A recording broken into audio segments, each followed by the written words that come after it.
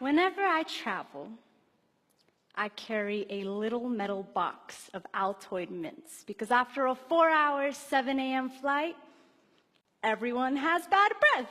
So, almost anyone is willing to take the mint from the Muslim on the airplane. And I know I've been successful when my neighbor turns and asks, "So, what's your name?" You see, even if there was an elephant in the room, I'm still the elephant in the room. Yeah, when an elephant offers you mints on an airplane, I'm fully aware that it's not always easy to accept. So when the courageously curious do pop the "what's your name" question, I try to make it worth their while. My name is Amal. It means hope in Arabic. Most days, my name is waitress at my family's Damascus restaurant, full-time university student and then some, pre-law, world traveler, 11 countries. My name is I've performed poetry in 8 of those countries.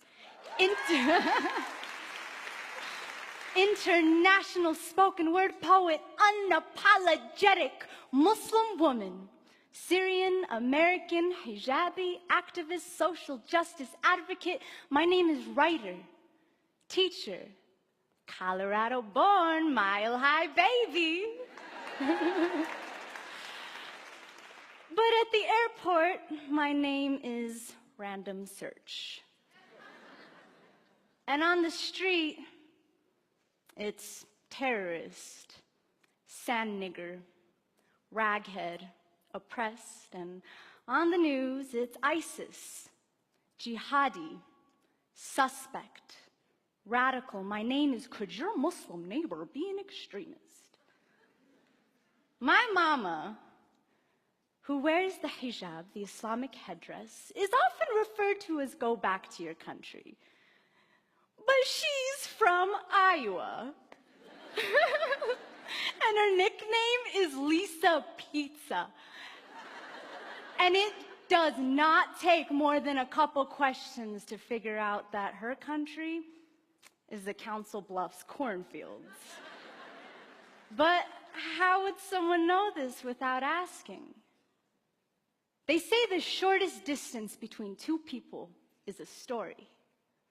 Well, I elaborate on that to say that the greatest distance you can travel in the shortest amount of time is by asking someone their name. The way we name ourselves is a reflection of who we are. Our declarations, family histories, the things we believe, the morals we abide by, our homes, cultures, transformations. Like a Muhammad turned Mo, or a Lisa Pizza turned Iman. And how we name others and how, if we allow others to name themselves, is a reflection of our own declarations, of our courage and our fear.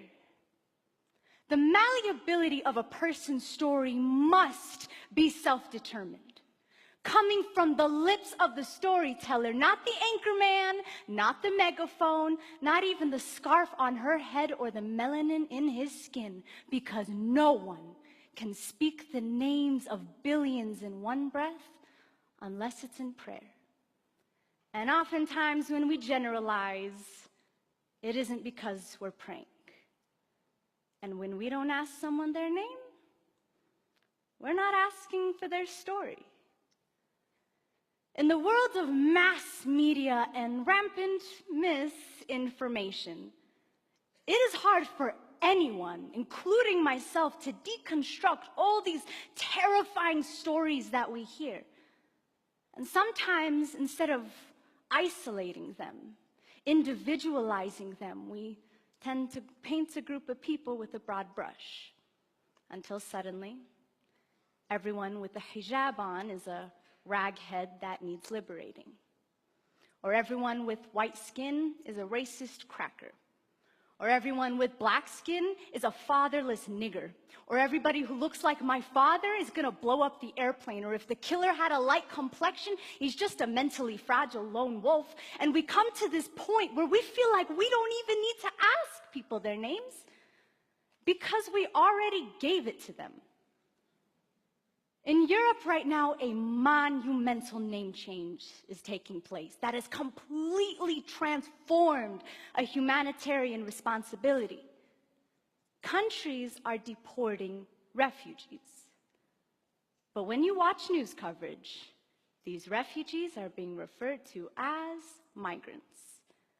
Because let's face it, deporting migrants sounds way more reasonable than deporting individuals who have been forced to flee their country because of persecution, war, and violence. The United Nations definition of refugee.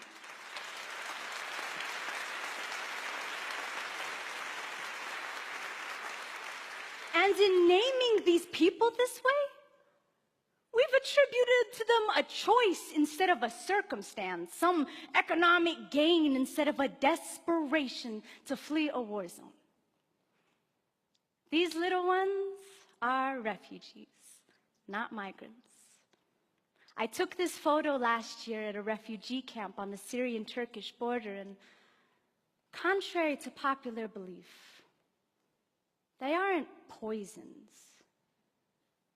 They're not here to steal our democracy or to take over our neighborhoods.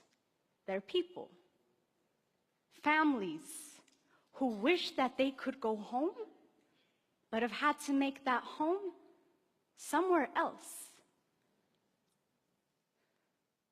And we've come to this point where the word migrant essentially means piles of brown, foreign-speaking people. And we end up forgetting there was a point where some people would have considered those who looked like this to be migrants as well.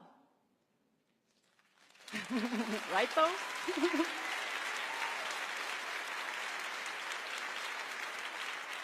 And it is in this forgetfulness that we assume, monopolize on people's stories, attribute their race, social class, religions, clothing to the names that we chose for them. Terrorism is a fine modern-day example, unfortunately. In the past few years, so much violence has just spread across our country. But when you watch the news, there's always a specification as to whether or not terrorism was involved, which I think we all know means the killer looked like this, which he's a babe, which must mean that the killer, of course, pledges his allegiance to this, right? But correct me if I'm wrong, news coverage does in fact tend to be a little different when the terrorist looks like this.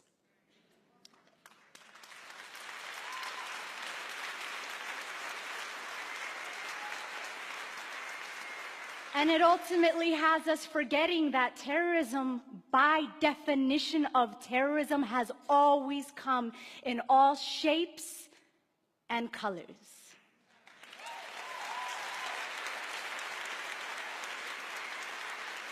And what happens when we confine certain names with certain depictions, wrongfully excluding some and including others?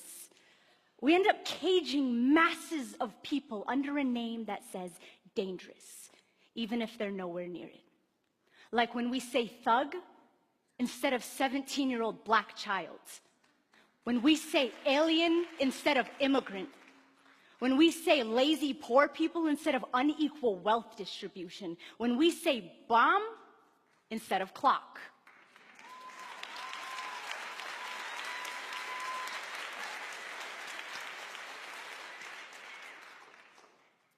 This man's name is Craig Hicks.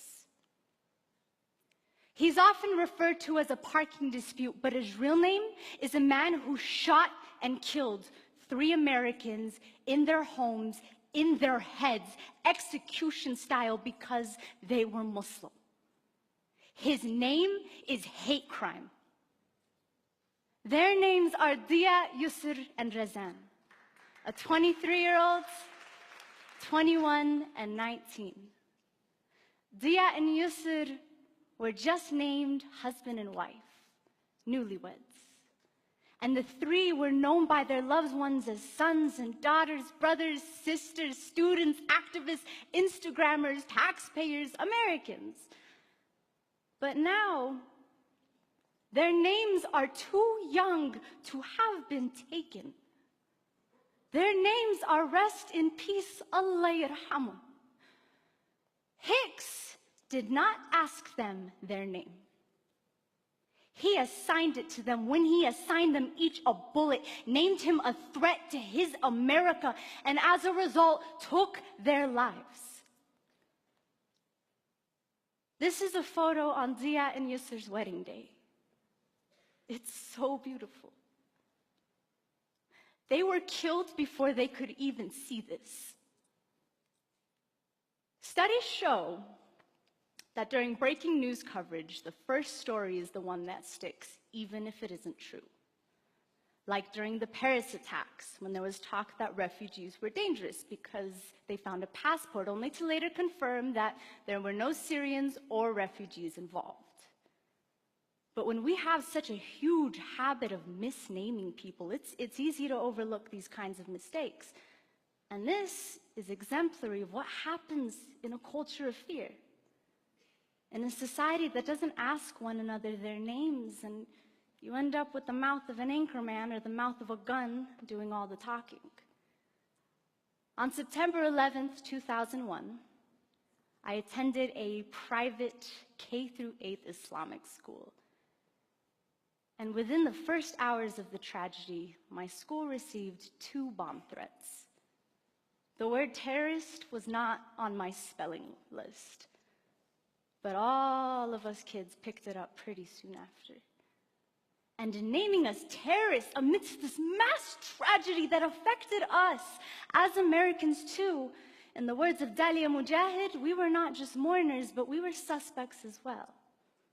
But a few months ago, me and my very handsome white boy-looking brother named Usama and I were at the museum buying planetarium tickets, and an elderly white man walked up to me and said, "I'm sorry about everything you must be going through right now. I want you to know that not all Americans believe what these buffoons are saying. And I want you..." Yeah, he used the word buffoons. And he said, "I want you to know that we stand by you." Now, had I not been wearing a little piece of my identity on my head, he wouldn't have known to tell me this. And even though he didn't ask me what my name was, he instead told me his. I have learned from experience that when someone really wants to know, they will be willing to cross that threshold of fear and find out that my name means hope. And then they'll have the courage to ask the much more important questions that probably only I can answer. Like, what's that thing on your head? Were you forced to wear it? Are all Muslims really violent people? Does the Quran really say to kill all of us? Can you please tell me what's up with ISIS? And these questions, though seemingly uncomfortable, are how I know that I have been humanized, and are how the courageously curious know that really, I'm only as scary as the silence fear festers in. Upon meeting someone new, we ask their names. We do not assign it to them. And with that name, we are given ancestry, bloodlines and dialects, books and poems, perspectives, wars, struggles, and survival stories. What's your name is such a short distance to cross. But when you ask me, ooh, buddy, I'm gonna take you from Kuala Lumpur to Barcelona to Beirut. We're gonna go to Damascus, to Sydney, to Trinidad and Tobago. I will show you Mecca. My closet with 70+ international scarves, the graves of my 31 family members who've been killed in Syria, the coffee shop that I hang out at and do my homework. But we must have the courage